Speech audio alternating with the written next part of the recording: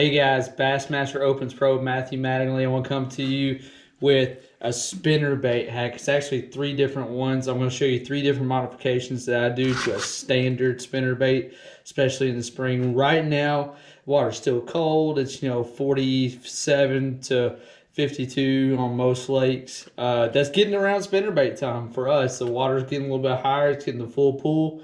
Those fish are moving up. There's a good stain to the water, so that spells spinnerbait for me. So I'm going to give you three different hacks that I do to a spinnerbait.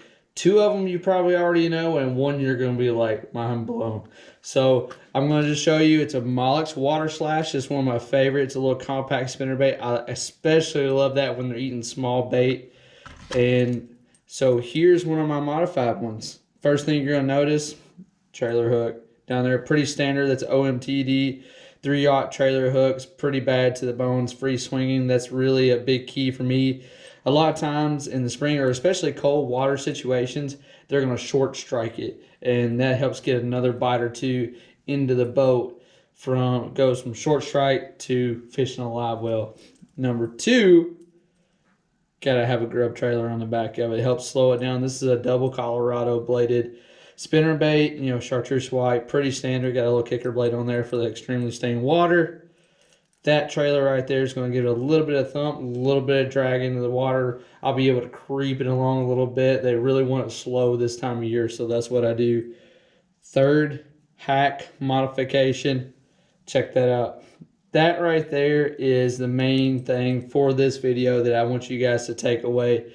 That right there is just a little baby drop shot hook, a little straight shank drop shot. It's actually a VMC Nico hook that I put on there. I actually got the idea from some guys in the Carolinas that use them on underspins. They use them a lot down there fishing the ditches and stuff like that in the cold water. Those spots will actually hit the blade instead of eating the bait. So to turn those into fish catches, they put the smallest straight shank hook they can possible on that little willow leaf blade on the underspin.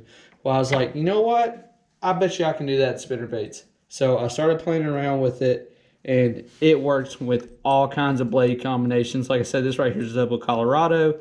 It'll work with Indiana, willow leaf, kind of whatever you want. I got the absolute smallest that I could find. This is actually a number 6.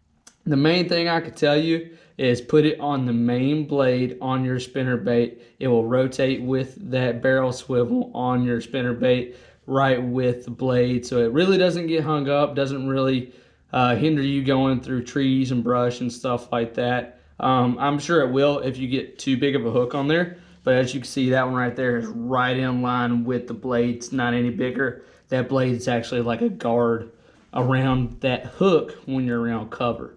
But the main tip I could tell you is pretty much all blades have a bulbed out side and a concave side. The biggest thing I could tell you is put it on the concave side right there. That right there is going to encase it when it's going around inside the water.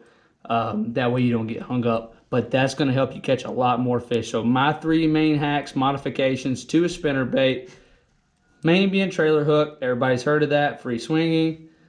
Everybody's got their favorite trailer. I love putting just a regular Fat Albert grub on the back of it, white pearl, chartreuse pearl, something that matches my spinnerbait. But the third big hack is that extra little stinger hook on that blade. So there you go, Matthew Mattingly, Bassmaster Opens Pro.